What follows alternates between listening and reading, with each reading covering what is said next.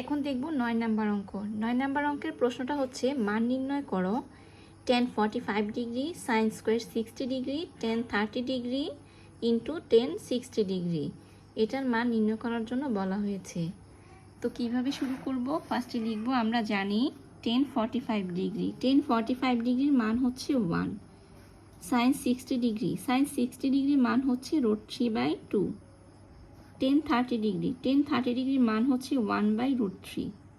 tan 60 ডিগ্রির মান হচ্ছে √3। এগুলো আমরা ওই যে একটা ছক দেখাইছিলাম, ওই ছক থেকে এগুলো আমি লিখেছি, আর এগুলো কিন্তু মনে রাখতে হবে, তোমরা এগুলো করে নিও।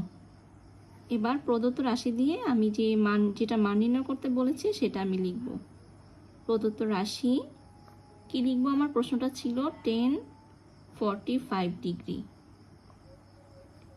Into sine square 60 degree into tan 30 degree into tan 60 degree. এবার আমি এগুলি মান বসাবো। tan 45 ডিগ্রির মান হচ্ছে 1, সাইন 60 ডিগ্রির মান হচ্ছে √3/2, যেহেতু স্কোয়ার আছে আমি স্কোয়ার দিয়ে দিব। tan 30 ডিগ্রির মান 1/√3, তারপর tan 60 ডিগ্রির মান হচ্ছে √3।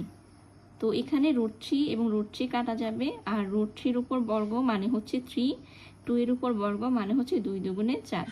এটাই হচ্ছে গিয়ে আমার মান। তো লিখব, সুতরাং নির্ণেয় মান 3/4, আর এটা হচ্ছে গিয়ে আমার অ্যান্সার। আশা করি সবাই বুঝতে পারছো।